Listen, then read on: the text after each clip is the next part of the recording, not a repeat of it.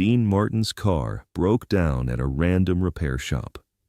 When he saw the mechanic with dirty hands, he couldn't believe his eyes. It was his old roommate from their struggling days. What happened next proved that true friendship transcends fame, fortune, and the different paths life takes us down. It was Thursday afternoon, June 14th, 1962, and Dean Martin was driving through the San Fernando Valley when his 1961 Cadillac Eldorado started making the kind of noise that every car owner dreads, a grinding, metallic sound that suggested something expensive was about to break. Dean had been on his way to a recording session at Capitol Records when the engine began to sputter and smoke started rising from under the hood. He pulled into the first auto repair shop he saw, a small independent garage called Tony's Auto Repair that occupied a converted gas station on Ventura Boulevard. The building was modest, with 2 service bays, a small office, and the kind of honest, working-class atmosphere that reminded Dean of the neighborhoods where he'd grown up before Hollywood had changed his life forever. Dean Martin was 45 years old and at the absolute peak of his career. His records topped the charts, his movies made millions at the box office, and his television variety show was watched by families across America every Thursday night. He lived in a mansion in Beverly Hills, wore custom-tailored suits, and moved in circles where people discussed their problems with psychiatrists and solved their transportation issues by buying new cars rather than fixing old ones. But as Dean sat in his disabled Cadillac outside Tony's Auto Repair, he was just another customer with a broken car who needed help getting back on the road. The owner of the garage was Tony Benedetto, a 60-year-old Italian-American who had been fixing cars for 35 years and took pride in his reputation for honest work at fair prices. Tony employed 3 mechanics, and business was steady enough to support his family and provide reliable income for his workers, though none of them would ever get rich fixing cars in the San Fernando Valley. Dean walked into the garage's office, where Tony was behind the counter, reviewing invoices and drinking coffee from a mug that advertised the parts supplier. "Afternoon," Dean said, removing his sunglasses. "I've got a Cadillac out there that's making some unhappy noises. You guys have time to take a look?" Tony recognized Dean immediately, but didn't make a big deal about it. He'd been in business long enough to serve plenty of celebrities, and he'd learned that most of them appreciated being treated like normal customers rather than objects of fascination. "Sure thing, Mr. Martin. Let me get one of my guys to look at it." "Joey," Tony called toward the service bays, "can you check out the Cadillac in front?" From the back of the garage came a muffled voice. "Be right there." A few minutes later, a man emerged from underneath a 1958 Ford pickup truck, wiping his hands on a rag that was already completely black with grease. He was wearing coveralls that had seen years of hard use, work boots that were scuffed and stained, and a baseball cap pulled low over his face. The man was thin, probably in his early 40s, with the kind of lean build that comes from physical work and careful budgeting when it comes to meals. His hands were permanently stained with motor oil, his fingernails were black despite obvious attempts to clean them, and his face carried the weathered look of someone who had worked outdoors and in unheated garages for years. As the mechanic approached the counter, Dean felt a jolt of recognition, so strong that it was almost physical. Despite the work clothes, despite the years that had passed, despite the dramatic differences in their current circumstances, Dean knew exactly who he was looking at. "Joey?" Dean said, his voice carrying a mixture of surprise, disbelief, and something approaching joy. The mechanic stopped walking and looked up, and Dean could see the exact moment when recognition dawned in his eyes, followed immediately by embarrassment, shame, and the desire to disappear. "Hello, Dino," the mechanic said quietly, using the nickname that only old friends were allowed to use. Joey Marconi had been Dean Martin's roommate for 8 months in 1948, when both men were struggling performers trying to make it in the entertainment business. They'd shared a cramped studio apartment in Cleveland, Ohio, splitting the $35 monthly rent and surviving on canned soup, day-old bread, and the occasional paying gig at clubs that could barely afford to keep their lights on. Joey had been a singer then, a tenor with a sweet voice and enough stage presence to make people believe he might actually make it in show business. He'd been handsome in a classic Italian-American way, with dark hair that he kept perfectly styled despite their poverty, and the kind of easy charm that made audiences like him immediately. For those 8 months in Cleveland, Dean and Joey had been partners in the struggle, sharing clothes when one of them had a paying gig, splitting whatever money they earned, and keeping each other's spirits up during the long stretches when nobody wanted to hire either of them. They'd talked about their dreams during those late nights in their tiny apartment, planning the careers they would build, the success they would share, the way they would help each other when they finally made it big.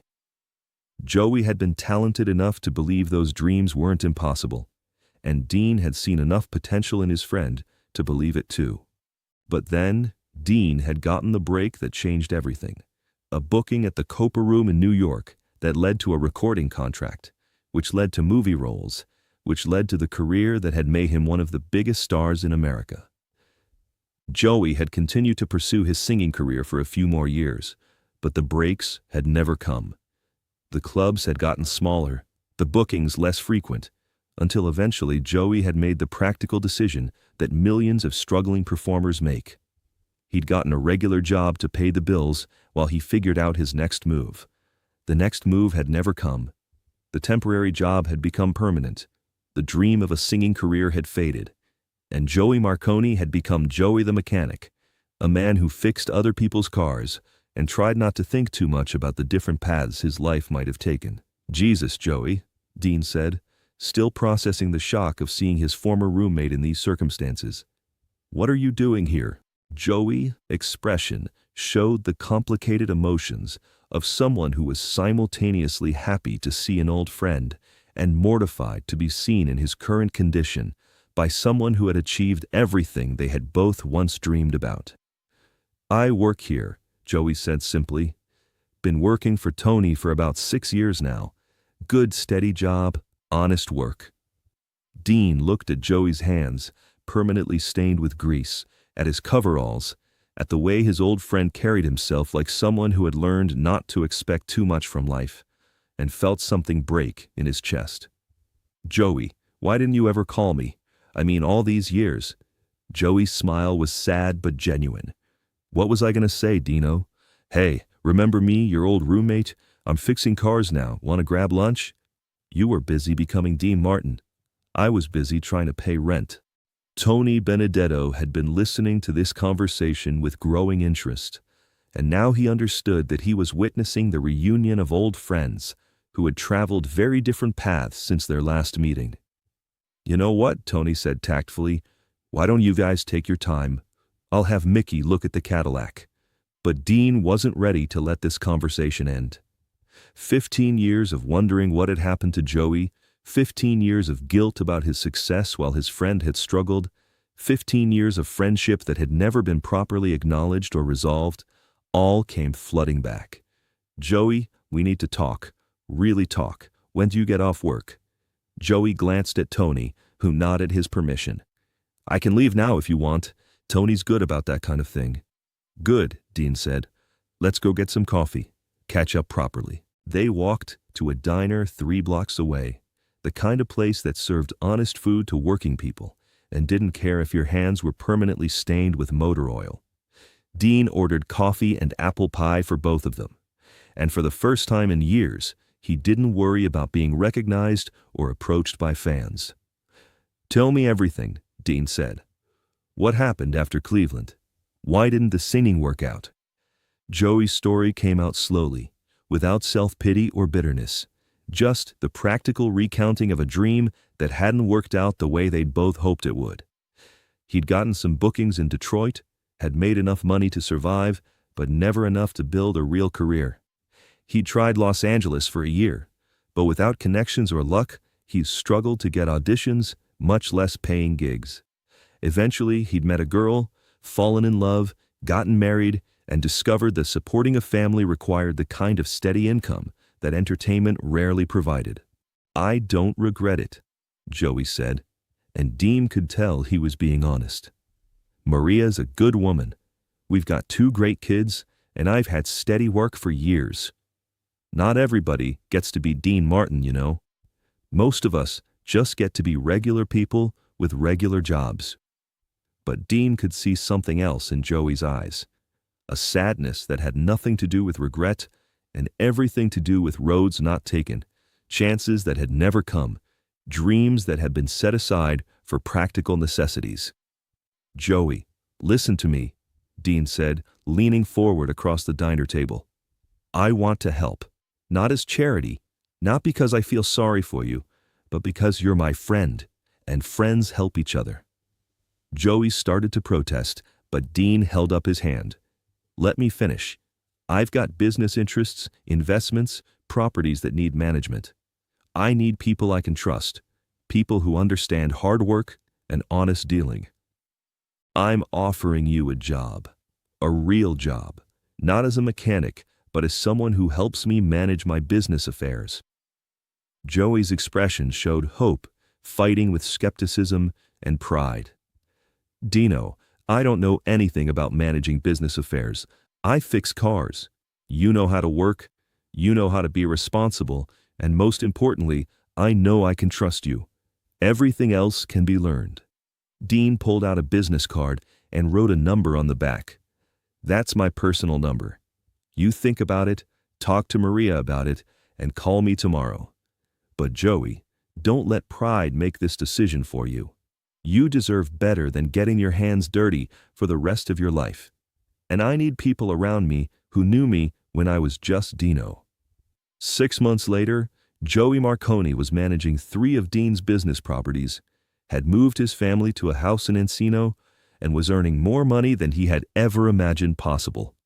But more importantly, he had recovered the sense of possibility that he had lost somewhere in the transition from dreaming entertainer to practical mechanic. "Dean gave me back my life," Joey would tell people years later. "Not the life I thought I wanted when I was young, but the life I deserved as a man who had worked hard and been a good friend. That's what real friendship looks like." Dean never spoke publicly about helping Joey, never used the story to demonstrate his generosity or loyalty. When reporters occasionally asked him about old friends, Dean would always deflect the questions. "Everybody deserves a second chance," Dean would say. "And the people who knew you before you were successful are the ones who'll keep you honest about who you really are." The story became part of the folklore among Dean's close friends and business associates, told as an example of how success had never changed Dean's fundamental character or his loyalty to the people who had shared his struggles before fame had complicated everything. If this story of friendship, loyalty, and second chances moved you, make sure to subscribe and hit that like button. Share this with anyone who needs to know that true friends never forget where they came from or abandon the people who shared their struggles. Have you ever reconnected with an old friend whose life had taken a completely different path? Let us know in the comments. And don't forget to ring that notification bell for more incredible stories about the friendships that survive fame, fortune, and the passage of time.